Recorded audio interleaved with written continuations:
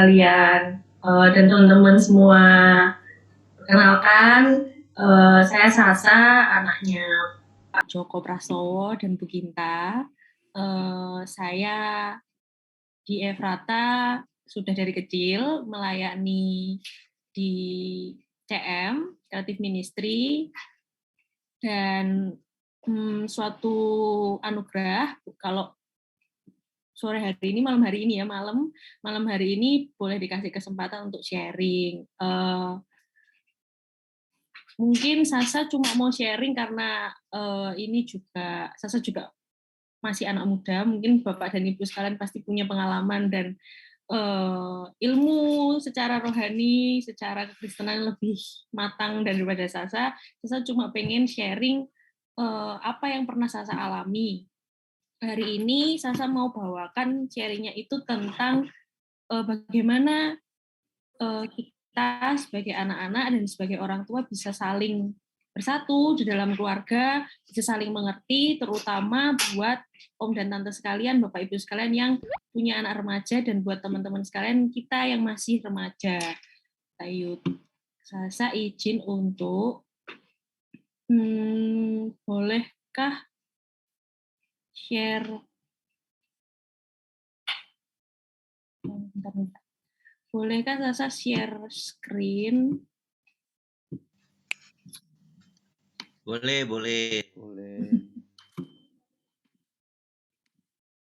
Apakah kelihatan om tante semua? Kelihatan dengan jelas. Sasa kasih tema sharingnya hari ini walking along. Apa itu walking along? Sasa pengen sama-sama orang tua dan anak-anak itu bisa berjalan bersama-sama, bisa saling, nggak ada gap di antara orang tua dan anak, bisa satu ada di jalan yang sama-sama bergandengan tangan. Itu maksud dari walking along yang Sasa mau sampaikan hari ini. Pertanyaan pertama buat teman-teman sekalian yang masih muda. Apa sih yang kadang-kadang anak-anak ini pikirkan gitu ya? Mungkin untuk om dan tante sekalian, ini Sasa merangkum dari pendapat teman-teman seumuran Sasa dan adik-adik yang masih teens juga. Kadang-kadang kita sebagai anak-anak itu berpikir bahwa papa mama itu terlalu sibuk sama urusannya sendiri-sendiri kayak gitu. Terus aku dan adik-adik atau anak-anak ini jadi kurang diperhatikan. Kemudian akhirnya anak-anak berpikir bahwa aku kayaknya bukan prioritas ya. Pekerjaan dan pelayanan papa mama itu lebih penting daripada aku, daripada anak-anaknya. Kemudian kadang kita juga sebagai anak-anak itu juga berpikir loh, mama papa sekalian, Sasa panggilnya mama papa ya, om tante, mama papa sekalian, kita kadang berpikirnya itu sebagai anak-anak kayaknya percuma deh aku ngomong, soalnya juga orang tua juga papa mama juga nggak mau denger aku kayak gitu. Kemudian juga kita berpikir bahwa aku tuh nggak pernah loh dibolehin punya pilihan sendiri. Terus kalau papa mama hidup lebih lama boleh gitu ngatur-ngatur aku kayak gitu. Jadi kita sedang kadang-kadang merasa sebagai anak pendapat dan sudut pandang kita itu nggak penting buat orang tua. Kita nggak pernah didengar, kita tidak, omongan kita, pendapat kita, ide kita itu tidak diindahkan oleh orang tua. Kemudian juga kita merasa bahwa kita tidak boleh dibiarkan punya pilihan-pilihan sendiri, terutama apalagi yang berhubungan dengan kehidupan kita gitu. Jadi kita selalu dianggap bahwa kamu tuh masih anak-anak, kamu tuh nggak tahu apa-apa, papa mama itu lebih banyak makan asam garam daripada kamu, papa mama itu lebih punya pengalaman hidup, kayak gitu. Jadi kita kadang-kadang sebagai anak merasa, gitu ya, papa mama karena papa mama lebih banyak makan asam garam, lebih lama hidup, jadi berhak untuk tahu, kayak seakan-akan tahu segalanya, dan pilihan papa mama itu pasti yang paling baik, pasti yang paling benar buat hidupku. Kadang anak-anak berpikir seperti itu. Terus anak-anak juga kadang berpikir bahwa papa mama cuma bisanya ngatur aku, nuntut aku, nggak ngerti sama keadaanku. Apalagi terutama anak-anak yang mulai remaja, yang punya emosi yang mulai bergejolak, punya banyak krisis-krisis, itu pasti kita itu karena Sasa di masa remaja waktu itu, SMP, gitu, SMA itu merasa kayak papa mama adalah orang yang paling aku benci. papi mami dan papa mama adalah orang yang paling aku nggak suka. Aku lebih nyaman ada di luar rumah daripada ada di rumah ketemu papi dan mami. Karena apa? Kalau ketemu papi mami itu bawaannya aku selalu dituntut, aku selalu dimarahi, aku selalu harus ini, harus itu, harus ini, harus itu. Jadi kita merasa sebagai anak-anak itu orang tua nggak ngerti nih sama aku gitu. Kemudian ada juga anak-anak yang akhirnya berpikir, oh papa mamaku terlalu bebas kok, karena tadi nggak peduli sama aku. Akhirnya melampiaskan dengan apa? Aku hidup seenaknya aja lah. Mungkin anak-anaknya jadi anak pemberontak, bandel di sekolah, ngerokok, minum-minuman, punya pergaulan yang nggak bener, trek-trekan, motor, kayak gitu. Itu karena kita merasa karena anak-anak kayak merasa kebebasan yang dikasih papa mama itu justru kebebasan terlalu bebas itu justru membuat kita kadang merasa tidak dipedulikan oleh papa mama kayak gitu. Nah, terus kalau pandangan orang tua apa sih tentang anak-anak gitu ya? Kayak pandangan orang tua tentang anak-anak biasanya orang tua berpikir bahwa anak-anak itu harus selalu nurut sama omongan papa mama. Kalau tidak nurut, kalau anak berpendapat, itu dianggap membantah omongan orang tua. Padahal belum tentu, itu bisa saja itu pendapat dan sudut pandang anak-anak. Kemudian kita selalu mungkin orang tua pernah berkata, karena ini pernah saya alami, mungkin nanti ada satu momen nanti ketika mami Kinta dan papi Joko akan Sasa minta untuk cerita karena ini adalah pengalaman Sasa. Sering Sasa juga dengar gitu, entah teman-teman atau Sasa sendiri dikatakan bahwa kamu tuh nggak tahu apa-apa dibanding papi mami, dibanding papa mama. Kemudian juga kita kadang mengatakan bahwa ngerti dong keadaan papi mami, papa mama. Kami ini pelayanan untuk ini, kami ini kerja untuk kamu. Tapi tidak pernah memberikan waktu untuk anak-anak, tidak pernah berusaha untuk mempedulikan, memperhatikan apa yang terjadi ke anak-anak. Kemudian kita juga merasa mungkin sebagai orang tua kadang mungkin atau pernah merasa jangan nasihatin papa mama dong, papa mama ini lebih pengalaman loh daripada kamu gitu. Jadi seakan-akan kita sebagai anak-anak itu harus menerima keadaan bahwa kita ada di level di bawah orang tua gitu. Betul orang tua adalah punya otoritas yang lebih tinggi gitu, tetapi kadang dengan cara mendidik atau dengan cara menegur anak-anak itu, jadi kita merasa justru orang tua ini jahat. Teguran dan didikan itu jadi sesuatu yang kita benci sebagai anak-anak. Nah, kemudian juga kesalahan kadang yang Sasa merasakan, yang Sasa pernah alami juga, orang tua itu menolak untuk berdiskusi dengan anak-anak, berpikir bahwa ya wes, ini ya sudah, ini pokoknya papa mama punya keputusan kayak gini dan kayak gitu itu yang terbaik buat kamu. Padahal mungkin orang tua tidak kurang atau tidak mengikuti perkembangan zaman. Bagaimana lingkungan society anak-anak, lingkungan di sekitar anak-anak, bagaimana perkembangan zaman ini mempengaruhi anak-anak remaja juga. Kadang kita nggak ngerti mungkin sebagai orang tua gitu. Jadi ada gap antara anak dan orang tua di mana orang tua berpikir bahwa ya posisiku sebagai orang tua adalah harus orang yang sangat dihormati. Jadi orang tua menempatkan level itu seakan-akan tinggi di atas anak-anak. Padahal sebenarnya anak-anak itu bisa diajak untuk berjalan bersama dengan orang tua gitu. Nah, kira-kira halo papa mama, mami papi, bapak ibu sekalian, kira-kira apa ya poin-poin menurut anak-anak yang salah dari orang tua? Pertama, orang tua itu bisa saja memposisikan diri itu berada di level yang jauh lebih tinggi daripada anak-anak. Jadi kayak merasa ya udah papa mama tuh di sini, kamu itu di sini gitu. Papa mama itu punya hak untuk kamu bla bla bla kayak gitu. Nah, kemudian juga merasa paling tahu tentang segala hal dalam hidup dan anak adalah pribadi yang tidak tahu apa-apa. Jadi selalu mengecap anakku tuh masih kecil, anakku itu pokoknya nggak akan bisa punya keputusan sendiri. Anakku itu nggak akan bisa mengeksplorasi dirinya sendiri. Ini harus dibimbing nih. Ini anakku harus di bahasa Semarangnya itu harus dikekepi gitu.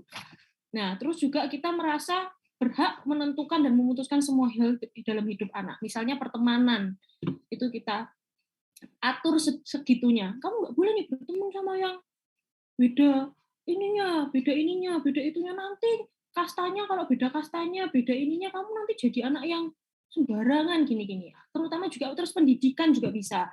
Kadang kita itu menempatkan memaksa anak-anak, dalam hal beberapa anak-anak menceritakan bahwa kenapa kok kuliah ini, kenapa kok ambil sekolah di sini, iya dipaksa papa mama, oh iya disuruh papa mama kok, kayak gitu. Itu kadang-kadang membuat anak menjadi tertekan juga gitu. Kemudian juga sesimpel mungkin ketertarikan atau hobi anak-anak, minat bakat sama anak-anak ini kita juga terlalu paksakan. Anaknya pokoknya kamu harus kayak papa loh ya, bisa main piano, bisa ini, bisa itu, bisa ini, bisa itu. Padahal ternyata itu bukan minat dan bakatnya si anak. Kemudian juga orang tua mungkin bisa juga lupa skala prioritasnya, merasa akhirnya oh ya udah, yang penting materi cukup, anakku bisa makan, anakku bisa sekolah bagus, cukup. Kemudian bisa juga merasa marah adalah ekspresi kasih. Aku marah, aku ngomel, itu karena aku mengasihi anakku. Atau bahkan bisa merasa, oh dengan aku nggak marah sama sekali, berarti aku sayang dong sama anak-anakku gitu. Kemudian kita melihat, mungkin sebagai orang tua melihat dari segala situasi itu dari sudut pandang orang tua aja, nggak berusaha mengerti dari sudut pandang si anak. Kita menuntut anak melakukan sesuatu yang dianggap baik juga, tapi kita lupa mungkin sebagai orang tua memberikan teladan dan bagaimana kita sebagai orang tua itu memperbaiki diri menjadi role model yang baik. Pokoknya kamu harus begini, pokoknya harus. Tapi apakah orang tua pernah memberikan alasan dan penjelasan tentang baik buruknya sesuatu hal yang tidak boleh itu, atau kamu harus begini karena apa, diberikan penjelasan, dibuka ruang diskusi untuk anak-anak. Orang tua juga mungkin terlalu gengsi mengakui kesalahan dan nggak mau minta maaf ke anaknya. Padahal maaf itu tidak harus hanya dari anak-anak. Maaf itu juga bisa dari orang tua. Ketika orang tua menyadari, oh kayaknya aku salah nih, kok marah sampai segitunya. Kayaknya aku salah nih mengelampiaskan emosi segitunya. Boleh, nggak ada yang salah dari seorang orang tua minta maaf ke anaknya. Dan ini yang paling penting menurut Sasa, bahwa kenapa orang tua menjadi orang tua yang mungkin diktator. Beberapa pola asuh secara psikologis itu ada pola asuh yang terlalu membebaskan, ada pola asuh yang terlalu otoriter ya. Jadi kayak diktator itu kayak kita mungkin, atau kita jadi punya pola asuh yang seperti apa ke anak-anak kita itu karena kita membawa pola asuh kita di masa lalu. Kita tidak memeluk inner child kita tidak berdamai dengan diri kita sendiri sebagai orang tua di masa lalu, dan melimpahkan emosi secara alam bawah sadar kita itu kepada anak-anak. Jadi merasa bahwa dulu aku diperlakukan oleh mamah papaku seperti ini, jadi pola asuhnya yang benar juga kayak gini dong ke anakku. Padahal itu belum tentu. Kepribadian anak berbeda-beda. Bagaimana harus mendidik setiap anak pun itu berbeda dengan style dan kepribadian anak masing-masing. Kemudian ini untuk anak-anak. Kalau orang tua tadi sudah, kira-kira apa juga buat anak-anak? Kita lihat dari sudut pandang orang tua untuk anak-anak. Anak-anak, teman-teman semua, buat kita semua, kadang yang salah dari diri kita itu apa? Kita terlalu menganggap orang tua kita jahat tanpa kita mau mencari tahu dan mengerti apa sih maksud papa mama bilang enggak? Apa sih maksud papa mama jangan ya nyo, jangan ya ni, jangan ya non, jangan ya dek. Itu apa? Maksudnya apa di balik itu? Kadang kita cuma ngertinya yang di luaran. Enggak boleh. Itu yang selalu tertanam di pikiran kita. Kok nggak boleh? Kok nggak boleh? Tapi kita nggak tanya. Kenapa, Ma? Kenapa, Pak? Kemudian kita juga berpikir bahwa orang tua itu, kita terlalu menuntut orang tua untuk jadi pribadi yang sempurna. Papa mama itu harus kayak gini. Papa mama yang ideal itu papa mama yang ini itu sayang sama aku, ngasih waktu buat aku, mama-papa yang tidak pernah marahi aku, yang tidak pernah ini, tidak pernah itu. Seakan kita ingin menuntut orang tua kita untuk menjadi sempurna. Padahal kita lupa kalau orang tua kita juga manusia biasa. Kita bisa menemukan kesempurnaan dalam diri Tuhan sebagai Bapa. Tapi orang tua yang ada di dunia, teman-teman, itu manusia biasa yang kita harus tahu bahwa mereka bisa berdosa, mereka melakukan kesalahan, mereka bisa lalai. Dan kita mungkin selalu menuntut untuk pengennya diperhatiin. Pengennya, mana papa mama enggak perhatian aku, papa mama enggak mau peduli sama aku. Pernahkah kita bertanya balik? Mungkin kita sebagai anak pengennya ditanya, halo nih, buka kamarnya, halo nih, halo non, gimana kamu hari ini? Dikasih waktu untuk bicara. Tapi pernah nggak kita sebagai anak-anak juga bertanya balik ke orang tua, halo papa mama, gimana papa mama kerjanya hari ini? Papa mama punya kesulitan-kesulitan apa hari-hari ini. Kita nggak pernah mungkin tanya ke orang tua kita. Kemudian anak-anak mungkin, apalagi yang remaja, kita terlalu sibuk dengan dunia kita sendiri. Kita sibuk sama teman-teman kita, apalagi teman-teman remaja, wah aku barusan punya teman ini, aku barusan SMP, aku bisa nonton, keluar, aku bisa gini punya teman-teman. Kemudian kita sibuk main games buat anak-anak cowok mungkin. Dan yang sekarang ini sedang rame buat anak remaja gitu, buat anak-anak youth adalah sibuk drakoran dan Koreaan. Itu kadang membuat kita lupa bahwa kita ada di rumah bersama orang tua. Kita lupa meluangkan waktu untuk orang tua sekedar ngobrol. Tadi saling tanya, apa sih mama papa gimana? Orang tua juga tanya, kamu gimana? Tuh. Kemudian kita merasa, orang tua tuh nggak asik, ketinggalan zaman. Nah, kita lupa teman-teman bahwa ya setiap perubahan zaman itu, di setiap zaman itu ada pola pikir yang terbentuk. Kita ada di zaman milenial. Orang tua kita ada di zaman generasi X, generasi yang sudah lalu kayak gitu. Jadi kita nggak bisa menyamakan juga menuntut kayak sumpah papa mamanya ketinggalan zaman, papa mamanya kolot, papa mama tuh nggak ngerti wes toh, nggak modern gitu. Kenapa kita tidak menjelaskan papa mama ini loh sekarang tuh begini. Itu juga butuh keterbukaan orang tua juga. Nah, kemudian kita lupa loh teman-teman bahwa tadi orang tua itu punya masa lalu. Orang tua itu ada pola asuh yang diturunkan dari oma opa kita, kakek nenek kita ke orang tua kita yang itu mempengaruhi pola asuh orang tua kita. Dan belum tentu orang tua kita itu sudah berdamai dengan itu semua. Orang tua yang mungkin sudah bisa berdamai dengan masa lalunya, dengan pola asuh orang tua, mungkin sudah diperbarui dalam Tuhan. Itu mungkin bisa jadi orang tua yang cukup ideal buat kita. Tapi orang tua yang kita masih merasa kok kayak nggak ideal ya, teman-temanku orang tua gini, aku orang tua yang kayak gini. Kita coba cari tahu nih. Kayak Sasa dulu juga mencari tahu kayak papi mami, terutama mami itu punya masa lalu apa ya? Kok sampai gini gitu ke aku, sampai mungkin menyakiti aku secara hati, mungkin menyakiti secara fisik, itu kenapa gitu. Nah, kemudian kita sebagai anak seringnya cuma mau dimaafkan orang tua. Kita melakukan banyak kesalahan dan kita cuma mau dimaafkan sama orang tua. Tapi seringkali kita kurang bisa atau tidak bisa menerima maaf dari orang tua. Wes mbok papa mama tuh pokoknya kayak gini, wes elek, wes jelek, wes jahat pokoknya. Tapi nggak pernah mau ngerti gitu. Kenapa papa mama lawan kayak gini, dan kita minta mau dimaafin ya, kita juga harus bisa dong memaafkan orang tua kita, karena tadi kembali lagi orang tua kita manusia biasa, teman-teman, nggak ada yang sempurna manusia itu gitu. Nah, apa sih kata Alkitab buat orang tua?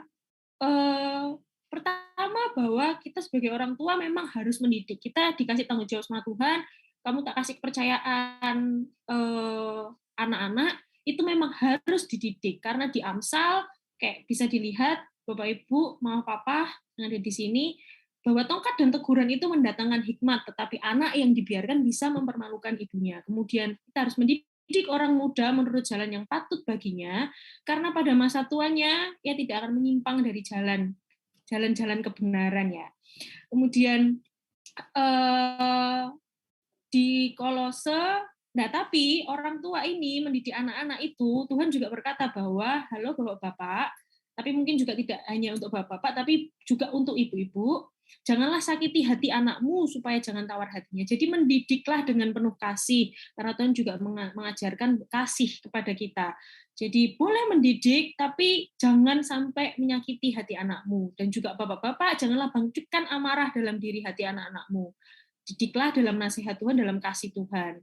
Tuhan juga berkata, kata-katamu hendaklah penuh kasih, jangan hambar. Jadi untuk orang tua, poin yang Sasa bisa tarik adalah mendidik anak-anak adalah mandat dan keharusan dari Tuhan. Tetapi jangan didik dengan meninggalkan luka di hati anak-anak. Karena itu jadi trauma yang panjang untuk anak-anak, jadi suatu pengalaman tidak enak untuk anak-anak, sampai anak-anak itu nanti mau menikah pun jadi orang tua itu menurunkan rantai sakit hati, rantai kecewa, rantai pola asuh yang salah. Nah, untuk teman-teman, anak-anak muda, kita juga harus ingat bahwa kita adalah anak-anak yang harus tunduk dalam didikan. Karena di Efesus dikatakan, "Hai anak-anak, taatilah orang tuamu, karena itu memang harus demikian." Perintah Tuhan, kita harus menghormati papa mama kita supaya kita bisa berbahagia, kita bisa panjang umur di bumi. Jangan pernah kita menyia-nyiakan perintah, jangan menyia-nyiakan didikan orang tua, karena mau bagaimanapun itu tetap berguna untuk kita sebagai anak-anak. Mungkin ketika remaja dulu kita nggak sadar, gimana ya, orang tua kok kayak gini banget gitu. Tapi Sasa sendiri merasakan ketika remaja sangat sangat bentrok dengan mami papi, terutama mami, karena merasa, wes gak masuk ini pikirannya mami sama pikiranku ini gak masuk gitu.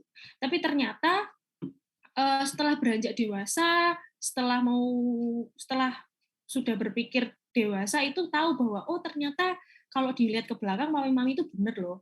Didikannya papi mami itu maksudnya omongan-omongan papi mami itu bener kok buat aku gitu, berguna kok buat aku gitu. Dan teman-teman semua yang bisa ditarik, yang Sasa bisa tarik adalah bahwa tunduk dalam didikan itu membawa pada janji Tuhan yang menguntungkan untuk masa depan kita. Karena Tuhan mengatakan bahwa dengan kamu hormat, kita sebagai anak-anak hormat, Tuhan itu sediakan janji umur panjang dan hidup yang bahagia. Jadi yang dimau dari Tuhan dalam walking along antara anak dan orang tua adalah bahwa Tuhan berkata bahwa hendaknya kita itu seia sekata, seperasaan, saling mengasihi, rendah hati, jangan membalas kejahatan dengan kejahatan. Jadi kalau kita mau diberkati, Tuhan bilang bahwa kita harus seia sekata, apalagi dalam keluarga. Tuhan juga berkata bahwa jika karena dalam Kristus dan nasihat itu ada penghiburan kasih, ada persekutuan roh, itu membuat kita sehati sepikir. Jadi didikan itu sebenarnya bisa membuat kita saling satu antara orang tua dan anak. Hanya mungkin orang tua belum menemukan caranya dan anak-anak belum mengerti.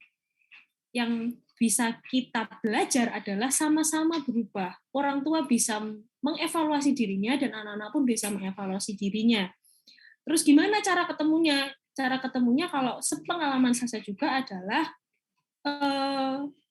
bukalah diskusi untuk anak-anak. Jadi kita sebagai orang tua membuka kesempatan untuk anak-anak berdiskusi dengan anak-anak, dan sebagai anak-anak juga sampaikanlah pendapatmu, omonganmu ke orang tua, jangan takut kayak gitu. Supaya jangan kamu batin sendiri, kita sebagai anak-anak itu justru menimbulkan nggak enak nanti jadinya kita merasanya.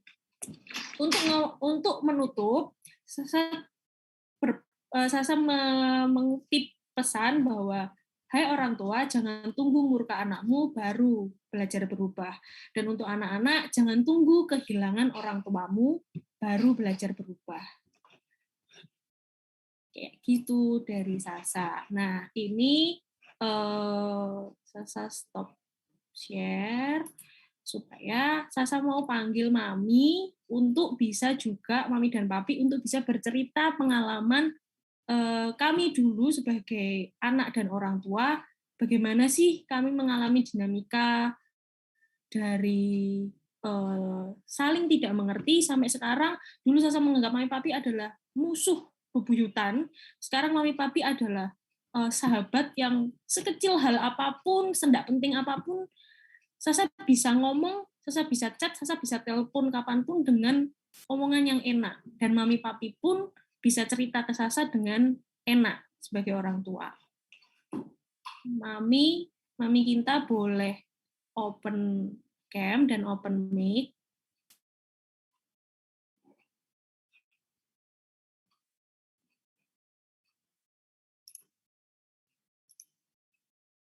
Mam, suaranya belum kebuka.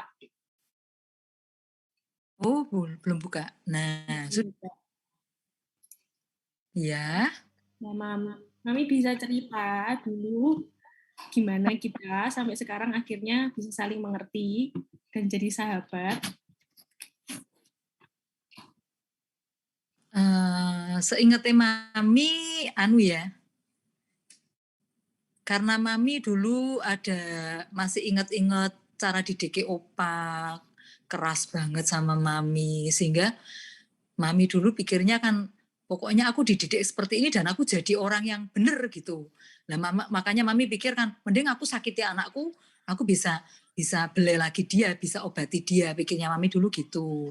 Jadi ada salah itu. Terus mungkin Sasa juga lihat ketika mami sudah berdamai dengan diri sendiri, mami pelayanan SPK sampai angkatan ke sekian puluh itu ya, baru mami bisa mengalami perubahan-perubahan, dan di situ ketika mami berlari ke Tuhan, mami minta diubahkan sama Tuhan, baru mami lihat ada perubahan-perubahan. Nah kalau dari papi, coba papi lihatnya gimana? Ya, memang kadang-kadang kita membawa pola asuh yang dari orang tua. Kalau papi itu kan orangnya lebih ya easy going gitu ya jalan aja gitu, suka-suka, tapi sehingga mungkin kurang perhatian, kurang punya waktu dalam tanda kutip, walaupun waktunya banyak, tapi bagi anak-anak itu tidak serius gitu. Tapi puji Tuhan sekarang malah yang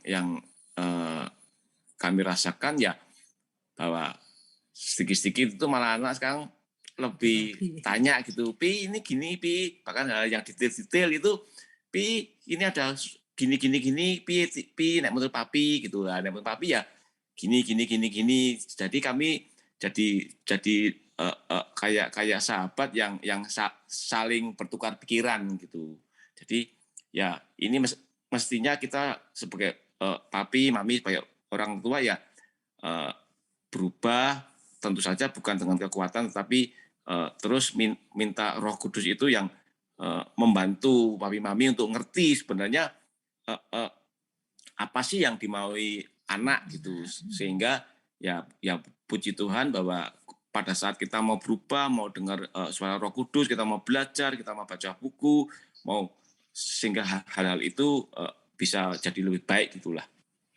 Iya. Banyak kalau mami dulu lihat kan Sasa masih belum dewasa, Sasa masih suka-sukanya sendiri, jadi itu bikin gemes orang tua. Tapi setelah Sasa kuliah psikologi, kita lihat ada perubahan-perubahan. Nah, di situ ya saling ya, ketika mami terus ngalami jambahan Tuhan, diubah Tuhan. Dan prinsipnya waktu itu mami cuma bilang, aku enggak minta anak-anakku berubah. Aku nuntut diriku untuk aku sendiri berubah. Nah, ketika mami berubah, itu kuncinya mami lihat ketika mami berubah, mami sudah enggak otoriter, mami enggak sama papi juga mami bisa tunduk, bisa taat gitu. Mami bisa rasakan atmosfer yang berubah, yang berbeda di keluarga kita, ya enggak? Menurut Sasa bagaimana? Ya, jadi dulu mami itu sama Sasa benar-benar kayak Tom and Jerry. Ya, Bapak Ibu sekalian. Jadi mami itu sama Sasa, jadi kalau boleh ceritakan ya mami ya, jadi benar-benar Sasa itu berantem sama mami, bahkan sampai cakar-cakaran, bahkan sampai papi pun sampai bingung untuk menghadapi Sasa dan mami kayak gitu. Tapi ketika akhirnya mami pun datang kepada Sasa dan berusaha minta maaf, itu ternyata maaf dari orang tua itu menyentuh hati anak-anak. Nggak gengsinya dari orang tua itu menyentuh hati anak-anak. Ternyata mamiku sadar loh bahwa mami salah. Dan kadang-kadang anak-anak juga jangan takut untuk mengingatkan orang tua. Bahwa kayak Sasa masih ingat sekali bahwa mami juga terbuka ke Sasa tentang meminta pendapat bahkan tentang bagaimana mami harus sama papi, menghadapi dinamika sama papi, itu pun mami melibatkan Sasa dan adik untuk bertanya, dan Sasa dan adik itu bisa menyampaikan pendapat ke papi mami, dan itu diterima dengan baik. Jadi kuncinya itu sebenarnya adalah saling menyadari bahwa kita sendiri dulu harus berubah, anak-anak harus berubah, kita punya kesadaran sebagai anak-anak harus berubah, dan orang tua juga mau ada kerendahan hati untuk juga mau berubah dan diubahkan gitu.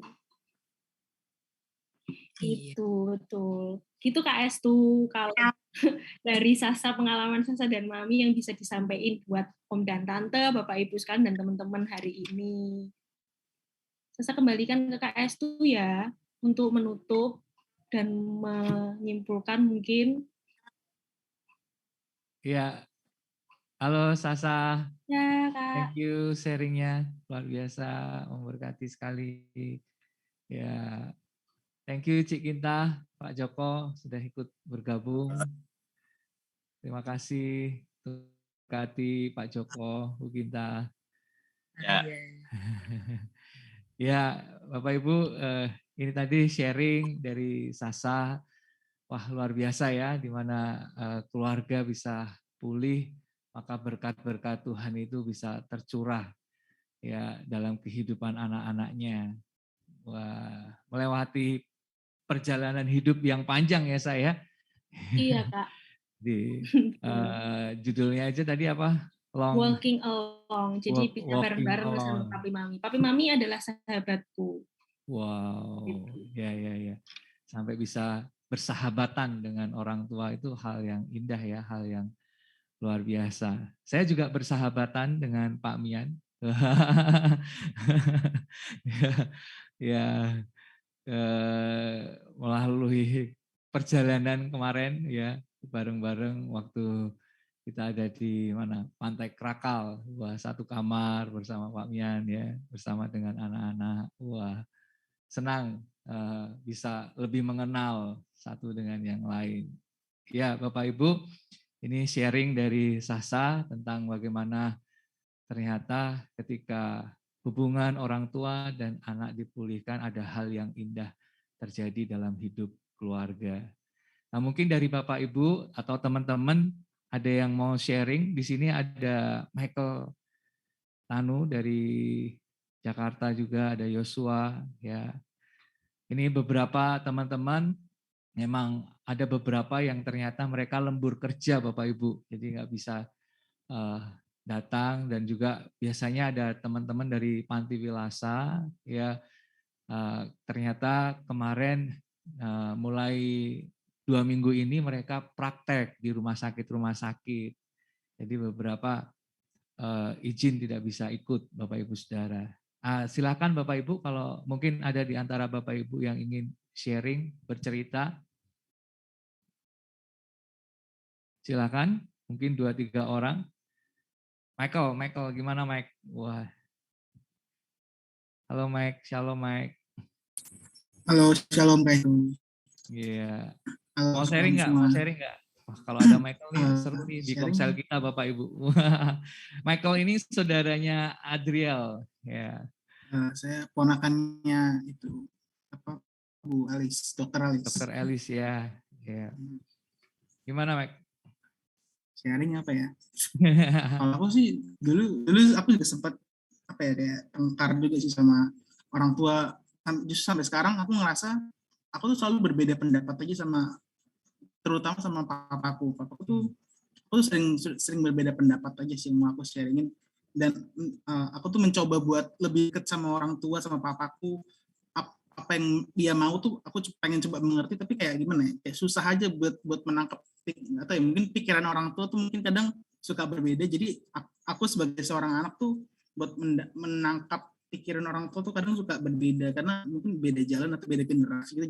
Jadi berbeda generasi ini yang menurut aku jadikan sebuah alasan. Jadi ada gap antara orang tua generasinya anak, generasi anak. Nah, aku mau nanya juga nih, bisa nggak sih kalau misalnya kita membagi-bagikan, emang udah ini khusus untuk gen orang tua nih, gen untuk anak, bisa nggak sih kita membeda-bedakan, karena gap yang cukup jauh dan juga generasinya sekarang kayak lebih modern, itu gimana tuh? Mungkin kali lebih ininya lebih tepatnya gimana sih menjembataninya ya? Karena kayak semacam ada tembok tebal gitu ya, yang rasa-rasanya itu kayak nggak bisa ditembus gitu loh ya. Padahal kalau misal mau cari titik temunya itu sebetulnya mungkin ada. Nah, cara menjembataninya gitu kali ya. Mungkin ada yang mau sharing nih, gimana Sa? Kalau mau menanggapi. Nanti boleh mungkin Om Han atau yang lainnya juga menanggapi ya. Kalau pengalaman Sasa sama Papi Mami menjembatani gap itu cukup dengan itu sih, mau berdiskusi bareng sih. Jadi ketika Mami Papi berinisiatif juga untuk melibatkan Sasa dalam setiap diskusi-diskusi, terus juga mau tanya yang lebih tepat, jadi kayak tanya, orang tua juga bisa bertanya dulu ke anak, menginisiasi, karena kadang anak-anak kan takut gitu ya Kak ya, Kak SD. Jadi kayak kita takut untuk mulai ke orang tua, nanti dikira aku kurang ajar, mau ngasih tahu mami, mau berpendapat gitu. Atau nanti kalau aku menyampaikan sudut pandangku nanti salah, gitu. Nanti dikira, kamu tuh nggak tahu, papa mami tuh kayak gini, gitu. Yang tahu harusnya benar, yang benar kayak gini gitu. Nah, ketika orang tua itu juga bisa mulai terbuka sama anak-anak, memberikan ruang untuk diskusi sama anak-anak, itu juga membuat anak-anak menjadi nyaman. Nah, lama-lama kalau kita sering berdiskusi kayak gitu, jadinya nggak ada gap. Mungkin kalau bisa mungkin membandingkan dulu bagaimana Sasa itu sangat males untuk chat mami atau membalas apapun dari mami papi gitu. Sekarang itu jadi kayak enak gitu, mau ngomong tentang apapun nggak usah pakai bahasa yang terlalu formal, itu enak kayak gitu. Terutama kalau boleh sharing pengalaman juga, jangan, makanya saya tadi ngomong jangan, akhirnya untuk menjembatani gap itu, untuk bisa berdiskusi jangan tunggu lama-lama, karena jangan sampai tunggu orang tua kita juga nggak ada teman-teman. Jadi pengalaman untuk Mama Syani buat mungkin Bapak Ibu yang tahu, yang paling Sasa sesali dari Mama adalah Sasa orang yang paling malas untuk bales chat Mama, karena merasa aku punya kesibukan sendiri di Surabaya, apalagi aku kuliah, aku gini gitu. Sekarang ternyata kalau mau scrolling chat Mama itu Sasa yang banyak nggak balas, padahal Mama sudah seperhatian itu. Dan itu yang membuat sudah terlambat, kita nggak bisa lagi untuk menunjukkan perhatian kita ke orang tua. Jadi bisa dijembatani dari situ dan dibiasakan supaya nggak terlambat. Gitu. Ya, wow. Ya memang kata kuncinya mungkin di kata diskusi itu tadi ya saya. Betul, Jadi, Kak. Ya itu ya, kita doa bareng itu kan Ya. itu ngeramu jiwa jadinya. Jadi dibiasain itu ya di rumah sih Kak, mesbah keluarga. Ya. Gitu. Walaupun Sasa di Surabaya gini juga, pas kalau bisa telepon papi mami gitu, papa mami nggak terlalu capek juga, kita pokoknya sempatkan untuk doa bareng gitu. Yeah. Wow, keren. Ya mungkin dimulai dari diskusi gitu ya, lama kelamaan ke hal yang lebih dalam, bisa sehati dalam membangun mesbah doa gitu ya. Ya kalau diibaratkan tuh sebuah buku gitu ya. Kalau kita mau tahu isinya ya kita mesti harus perlahan-lahan buka satu persatu untuk kita benar-benar ngerti gitu ya. Apa sih isi buku itu? Jadi tidak bisa menilai hanya dari sampulnya. Ya kan? Dengan sering kita diskusi, kita akan bisa menemukan gitu kan cara gimana kita bisa memahami gitu kan. Cara bagaimana kita saling ngerti. Ya kan, sampai kepada hubungan yang lebih dalam gitu, dari jiwa sampai ke hal yang rohani, ya kan, dari ngobrol hati ke hati bisa sampai sepakat dalam doa bersama. Wow. Ya mungkin ada di antara Bapak Ibu yang ingin menambahkan, silahkan. Thank you Michael buat pertanyaannya. Atau mungkin ada dari Michael mau memberi ini tanggapan. Apa tanggapan? Itu sih aku mau sharing dong sih. Sebenarnya hubungan aku sama orang tua menurut aku kayak fine aja. Aku masih sering bercanda, masih sering ngobrol, komunikasi kita baik. Cuman kalau kita udah sering berbeda pendapat, kadang suka terbawa emosi, jadi kayak ya berantem karena beda pendapat. Terus nanti sehari 2 hari ya normal. Kadang mentok-mentok paling lama tuh kadang 3 hari 4 hari. Kayak roller coaster kali ya, Mike ya. Kadang naik, ya, kayak gitu. Ya, turun. Kadang naik, kadang turun gitu. Kadang asik menegangkan gitu kan ya. Itu sih katanya. Thank you Cisasa sharingnya. Thank you Michael. Luar biasa, Mike. Main Semarang lagi, Mike.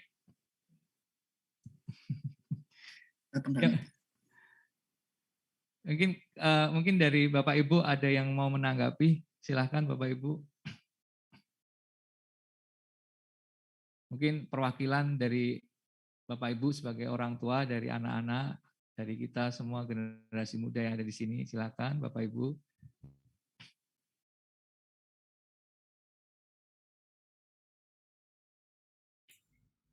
Halo, Bu Subono, ini ayo Bu Subono, saya lihat sangat super sekali dengan anak, menantu, cucu-cucu, bahkan dalam kondisi pandemi hampir 2 tahun sekalipun karena keadaan sehingga mereka tidak bisa datang ke Semarang, tapi hubungan tetap dekat ya. Mungkin bisa ini request dari saya, Bu Subono boleh sharing, ini mumpung banyak anak muda yang dengar, juga orang tua, ya silakan Bu Subun. Ya, selamat malam buat semuanya. Malam. Ya Pak Han menyentuh, jadi saya harus juga menyampaikan gitu ya. Oke, Sasa, terima kasih ya Sasa, tuh Ya, luar biasa. Saya merasakan sesuatu yang luar biasa. Sasa sudah dewasa, sudah menjadi anak yang ya saya pikir beda sekali memang dulu sama sekarang ya. Sasa yang dulu galak ya Sasa ya. Galak, enggak bisa diajak bicara yang nalar gitu ya. Betul ya? Betul, Oma. Ya, kelihatannya yang nalarnya orang tua itu, yang cengli itu enggak ada di dalam benaknya Sasa dulu ya. Betul ya? Betul, Sorry Oma. kalau Betul. sedikit evaluasi tentang yang pernah Oma lihat gitu ya. Jadi kalau bicara itu meluap-luap seperti itu. Tapi saya merasakan hari ini Sasa adalah anak dewasa yang luar biasa. Mungkin juga dari yang sudah diambil pendidikan itu ya juga mempengaruhi sehingga bisa masuk pelan-pelan, bisa masuk menjadi hari ini. Ya, ini adalah sesuatu yang sangat menguntungkan untuk keluarga. Lepas dari itu tadi dikatakan oleh Pak Han, ini ke sisi saya. Saya sangat, kalau buat saya, keluarga saya adalah di atas semuanya. Kalau keluarga itu baik, maka semuanya akan baik. Kita bisa pelayanan dengan senang, kita juga setiap harinya mungkin segala sesuatu kita bisa pikir dengan baik kalau keluarga kita itu baik. Jadi sampai hari ini memang benar hubungan dengan keluarga itu adalah nomor 1 di keluarga saya. Saya tidak hanya mungkin di luar saja kelihatan baik, nanti kalau di rumah kita berantem gitu, itu tidak ada di keluarga saya. Sejak dari anak-anak masih kecil sampai hari ini. Jadi apalagi dari suami saya yang sangat mengasihi keluarga, sangat mengasihi istri, sangat tidak menyakiti istri sama sekali, dan juga sangat sayang kepada anak-anaknya, dan tidak pernah marah, apalagi pukul, menyentuh, itu tidak pernah. Jadi keluarga kita itu sedari anak-anak masih kecil, kita sudah menerapkan kasih sayang.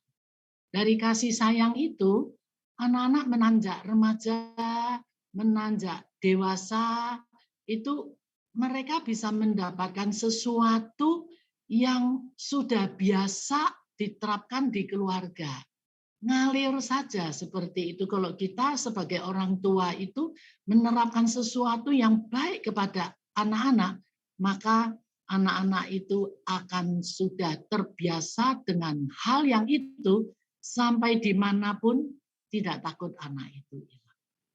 Jadi sampai anak saya dari kecil itu sudah jauh dari rumah, ada yang dari SD kelas 4 saja mereka sudah pendidikannya sudah di luar, dan yang 2 itu begitu SMA selesai universitas juga sudah tidak lagi bersama kita di sini.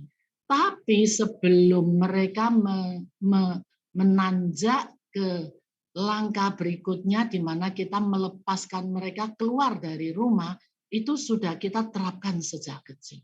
Dari kecil, dari mereka itu bisa duduk diam berdoa atau tidak, wajib setiap malam mereka mesti mesbah keluarga. Jadi mau mereka jawil-jawilan kakak beradik, ya tak melototi juga kalau mereka itu tidak benar-benar, tapi yang pasti mereka tidak boleh beranjak dari satu lingkungan bersama kita sampai selesai. Sampai anak-anak sudah bisa baca, mereka juga wajib membaca ayat yang kita berikan. Jadi sudah sejak kecil. Di waktu mereka sudah ada di luar negeri, saya masih ingat Oscar usia 17 tahun. Ada satu cewek dari Thailand yang isep rokok itu memberitahukan kepada Oscar, anak saya, hari ini adalah hari ulang tahunmu, yuk kita up, kita sudah bisa bebas karena itu sudah dewasa. Tapi saya bersyukur sampai hari ini anak saya tidak kecanduan untuk ngisep rokok dan sebagainya. Itu dari kecil kita menerapkan sesuatu yang baik. Dan juga kasih sayang, dan juga mereka itu seperti tadi dikatakan oleh Sasa, kalau hanya sebagai mami dan papi itu masih ada gap kalau menurut saya. Tapi kalau kita sebagai teman curhat, teman mereka berani untuk membuka hati, kita sudah sukses sebagai orang tua. Itu baru kita sebagai orang tua yang sudah menjelajahi hatinya anak-anak. Jadi kalau 3 anak-anak saya itu sudah menikah, mereka mempunyai keluarga kecil sendiri, tapi papi mami adalah orang pertama yang tahu segala kondisi mereka. Ada apa saja mereka pasti tanya. Dari hal kecil seperti tadi yang dikatakan, itu semua pasti kami akan tahu. Dan juga itu tidak lepas dari sharing. Tadi dikatakan Pak Han, 2 tahun ini kita tidak saling bertemu. Sampai COVID ini barusan tanggal 28 Oktober, yang baru saja saya baru pertama kali ketemu Christine dan suaminya. Baru mereka kemari karena saya pas ulang tahun. Tapi kita di waktu COVID, kita saling satu dengan yang lain mengikat akan hati kita, menghibur. Pagi-pagi bangun kita sudah saling menyapa, saling menanyakan keadaan, saling memberikan kondisi, situasi, memberitahukan sesuatu dari keluarga dan keluarga. Karena kami jauh, satu Semarang, satu Jakarta, satu Singapura, kondisi semua berbeda. Jadi selalu memberi pemasukan supaya orang tua tidak khawatir dan anak-anak pun tidak khawatir akan kondisi itu. Jadi intinya saling menyapa, saling memperhatikan. Kalau ada sesuatu dengan keluarga, jangan kita lalu memvonis mereka salah. Sebagai orang tua, wah kita lebih pintar tadi dikatakan Sasa. Tidak, tapi saya selalu katakan juga di komsel saya, bahwa kita adalah oma-oma. Kalau kita jadi oma-oma, kita harus mundur sedikit. Kita harus dengar akan kondisi dari keluarga kita. Mungkin kita sudah menjadi orang yang dulu pintar makan garam lebih banyak. Tapi buktinya sekarang kalau sudah tensi tinggi, kita juga udah nggak boleh makan banyak garam. Jadi artinya kita juga sudah harus mundur, bodohin diri kita untuk kita mendapat kepintaran dari anak-anak kita, dari menantu kita, dari cucu-cucu kita, sehingga kita menikmati hidup bersama dengan mereka. Jadi saya sangat bersyukur, saya mempunyai keluarga yang baik, tapi keluarga yang baik bukan dari anak-anak itu bisa berubah menjadi baik kalau kita sendiri tidak bisa bersama-sama dengan mereka. Itu saja, dan saya sangat bersyukur saya mempunyai keluarga yang Tuhan berikan, adalah keluarga yang sayang kepada orang tua, teristimewa juga kami sangat sayang kepada anak-anak kami. Ini aja mungkin yang bisa saya sampaikan. Thank you. Kembalikan kepada Estu, yuk. Ya, terima kasih Tante Subun, luar biasa ceritanya. Ya, saya melihat memang Tante Subun, mami, oma yang sangat dekat dengan anak dan cucu-cucu ya. Pernah sekali itu ya Tante ya, kalau nggak salah waktu Imlek ya, saya nganter sesuatu ke rumah, wah anak-anak bisa nyanyi bareng sama oma, ya lalu cucu-cucu juga nimbrung di situ. Dan walaupun saya mungkin orang yang tidak begitu dekat dengan anak dan cucu dari Tante Subun, tapi mereka bisa sangat dekat dengan saya, istri dan anak-anak. Wah, dari situ saya bisa merasakan bahwa Tante Subun, mamah, orang tua yang sangat dekat dengan keluarga. Terus jadi teladan Tante buat kami semua yang muda-muda. Terima kasih sharingnya Tante. Mungkin ada dari yang lain yang ingin berbagi, Bapak Ibu silakan. Ya, jika tidak ada, saya kembalikan ke Pak Han, Pak. Ya, baik. Terima kasih. Semua boleh tepuk tangan buat Tuhan kita. Ya, sekali lagi terima kasih buat Sasa ya, yang sudah sharing dengan kita. Sangat luar biasa ya. Ini masih di Surabaya atau sudah di Semarang, Sah? Masih di Surabaya, Om. Surabaya ya. Oke ya. Semangat terus walaupun Surabaya, tetap memberkati Frata ya. Oke, ini Caca juga sudah di Jakarta ini. Oke, baik Bapak Ibu, kita bersyukur hari ini dilayani oleh tim anak muda. Ya, terima kasih buat tim-tim anak muda yang sudah melayani semua. Tepuk tangan buat mereka. Ya, tim Komsel anak muda. Jadi kerinduan kita Komsel bukan hanya di dewasa, anak-anak muda, teen, bahkan sekolah minggu. Ya, semuanya akan masuk dalam Komsel dan bertumbuh bersama-sama. Saya berdoa di bulan November ini kita bisa mulai kembali untuk ibadah-ibadah anak muda. Ya, tentu akan sangat memberkati. Baik Bapak Ibu, Jumat depan kita akan terus ada Komsel seperti ini. Dan rugi buat mereka yang tidak bisa ikut. Jadi tolong ajak keluarga yang lain, saudara-saudara yang lain, supaya bisa ikut dan memberkati. Bahkan yang dari luar kota pun kita bisa terhubung melalui Komsel online ini, ya. Dan juga Bu Vivi, ini shalom Bu Vivi. Ini Bu Vivi ngajak berapa orang Bu di anggota Komselnya hari ini? 3 yang datang, Pak. Ada 3 yang datang ya. Terima kasih bisa hadir, terus setia ya, bertemu ya. Diberkati Bu Vivi. Ya, diberkati ya. Nah, nanti boleh lanjutkan dengan sharing dengan teman-teman untuk ada nggak yang hubungan dengan anak-anak kurang baik, sempat kurang baik, salah paham, dan gimana cara membangunnya, seperti sharing Sasa tadi ya. Pasti sangat memberkati ya. Oke, terima kasih, dan saya berharap bisa jadi contoh ini untuk Komsel-komsel yang lain. Bisa juga mengadakan gabungan antara online dengan pertemuan bersama. Ya, baik Bapak Ibu, kita akan akhiri Komsel kita malam ini. Nah, sekali lagi ada perubahan ID ya, ID-nya Zoom karena satu lain hal ya, jadi kita pakai yang sekarang ini. Bu Kinta masih ada di sini. Salam Bu Kinta. Ya Pak, shalom Pak. Ya, oke. Ini saya meminta Ibu Kinta ini juga pendoa, tapi juga sebagai mamah dari Hilsa yang sudah sharing juga tadi.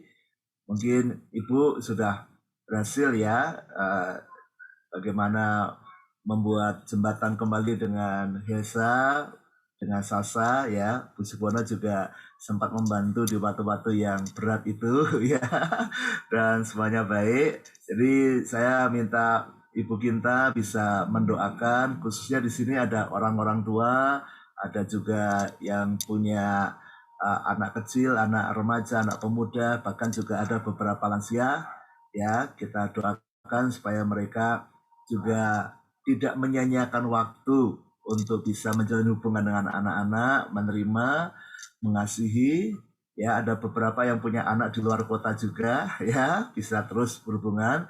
Tapi juga doakan anak-anak muda kita, karena ini masa-masa dunia berusaha merebut anak-anak muda kita dari Tuhan, supaya mereka tetap dekat Tuhan, dekat orang tua, dan menjadi generasi yang bersinar dalam Tuhan. Ya, Bu Ginta bisa berdoa dan menutup komsel kita. Silakan Bu Ginta. Ya Pak Han, terima kasih. Mari Bapak Ibu, anak-anak semua kita berdoa. Bapa yang baik, kami mengucap syukur malam hari ini. Sungguh merupakan sesuatu yang memberkati kami malam hari ini Bapa. Kami rindu sebagai umat-Mu, kami boleh bertumbuh bersama-sama. Tidak kebetulan malam hari ini mengangkat tema soal keluarga, soal anak dan orang tua. Bapa, hamba pernah mengalami hal masa-masa yang tidak berkenan di hati-Mu, ada hal yang tidak baik yang terjadi dalam keluarga kami. Tapi kami bersyukur sebagai anak-Mu, Tuhan, bahwa Engkau bekerja dalam segala situasi hidup kami, mendidik kami, memproses kami, untuk hidup kami menjadi lebih baik. Bukan sekedar kami mendengar firman, menjadi pendengar-pendengar firman saja, tapi kami bersyukur kami boleh mengalami pengalaman, menikmati, melakukan firman-Mu, dan sungguh janji-janji kebenaran firman-Mu itu ya dan amin Tuhan. Kami boleh mengalami berkat-berkat yang luar biasa dalam keluarga kami. Ketika kami satu sama lain mau saling merendahkan hati kami, mau berubah, mau melakukan firman-Mu, maka kami boleh mengalami pengalaman-pengalaman yang indah bersama Engkau. Bahkan sampai hari ini, sungguh Engkau yang memberkati hidup kami. Hamba-Mu rindu Tuhan berdoa, terjadi juga revival demi revival dalam keluarga-keluarga Efrata. Kalau dalam keluarga-keluarga Efrata Tuhan, ada keluarga-keluarga kami yang mengalami pengalaman yang sama dengan hamba ini, pernah mengalami masa-masa yang sukar menghadapi anak-anak. Anak-anak sukar memahami orang tua, sehingga terjadi sesuatu hal yang tidak enak di dalam keluarga kami. Tidak ada keharmonisan, tidak ada damai sejahtera. Malam hari ini kami meminta Tuhan, Engkau melawat setiap kami, lewat kebenaran firman-Mu yang sudah ditaburkan malam hari ini. Biar kuasa firman-Mu itu bekerja, menjamah hati setiap kami, baik kami orang tua, baik kami anak-anak. Kami boleh dilawat Tuhan, kami boleh diinsyafkan, disadarkan akan segala kesalahan, kekurangan kami. Untuk setiap kami pun mau memperbaiki diri dan berubah oleh pertolongan Allah Roh Kudus. Kami yakin dan percaya Tuhan, maksud-maksud yang baik ini, Tuhan pasti akan memberkati. Doa hamba-Mu Tuhan, biar keluarga-keluarga yang mengalami persoalan, mengalami hal-hal yang jalan buntu, orang tua dan anak tidak berkomunikasi dengan baik. Kami rindu malam hari ini Tuhan menjamah, melawat setiap keluarga demi keluarga kami, dan perubahan-perubahan terjadi dalam keluarga kami Bapa. Kami rindu mengalami firman-Mu, kami rindu mengalami lawatan-Mu, karena kami yakin di mana saudara bersaudara diam bersama dengan rukun, ada keharmonisan, maka Engkau memerintahkan berkat-berkat-Mu turun atas keluarga kami Bapa. Dan kami rindu itu terjadi buat keluarga-keluarga Efrata. Engkau melawat kami, Engkau mempersatukan hati kami sebagai orang tua dan anak. Kalau ada yang masih sulit Tuhan, Engkau Tuhan yang akan menjamah hati setiap kami, sehingga kami boleh merendahkan hati kami, dan terjadi lawatan-Mu. Kami boleh mengalami keharmonisan dalam keluarga kami. Kami boleh mengalami berkat-berkat-Mu. Engkau juga memberkati generasi anak-anak kami, Bapa, di mana mereka banyak kali menghadapi kesulitan karena pengaruh media sosial, pengaruh keadaan zaman ini, globalisasi ini Tuhan. Anak-anak kami mengalami banyak kesulitan untuk memahami kebenaran firman-Mu. Malam hari ini hamba berdoa, Tuhan yang melawat menjamah setiap hati anak-anak-Mu. Biar roh takut akan Tuhan itu bertumbuh kuat di dalam hidup anak-anak kami Bapa. Sehingga Tuhan mereka dituntun Roh Kudus, roh pengertian daripadamu, untuk mereka mengalami perubahan, tahu, membedakan mana hal yang baik, yang benar, yang kudus, yang dari Tuhan, dan bukan yang dari Tuhan. Mereka tahu membedakannya, karena ada Allah Roh Kudus yang bekerja di dalam hati mereka. Pegang Tuhan hidup anak-anak kami, supaya mereka tidak direbut oleh kuasa jahat, supaya mereka tidak dihancurkan oleh kuasa jahat. Engkau menjadi pagar perlindungan bagi anak-anak kami, Tuhan. Firman-Mu, kebenaran-Mu itu, Tuhan, yang akan terus menjamah hati anak-anak kami. Setiap firman yang didengar mereka, yang diterima mereka, Roh Kudus bekerja. Terus kuasa firman itu bekerja dalam hidup anak-anak kami, sehingga menumbuhkan roh takut akan Tuhan semakin kuat dalam hati anak-anak kami, sehingga mereka boleh menjadi anak-anak yang menghormati orang tua, takut, hormat kepada Tuhan, takut, hormat kepada orang tua, sehingga mereka menjadi anak-anak yang diberkati Tuhan. Hari esok, masa depan mereka, Tuhan yang pegang, Tuhan yang ada di hari esok masa depan mereka. Tuhan yang menjamin hidup mereka. Ketika mereka tahu hidup takut akan Tuhan, maka berkat-berkat itu turun buat anak-anak kami. Mereka menjadi anak-anak yang sukses di hari esok dan masa depan mereka. Diberkati Tuhan, dipercayai Tuhan, untuk lebih lagi dipercayai Tuhan. Dan mereka hidupnya berdampak buat anak-anak seusia mereka, Bapak. Buat generasi mereka, anak-anak Efrata, anak-anak kami semua. Mereka akan menjadi berkat buat generasi mereka. Tuhan, ini doa kami. Kami serahkan doa kami di dalam nama-Mu, Tuhan Yesus Kristus, yang menjadi juru selamat kami. Haleluya, Bapa. Haleluya. Amin.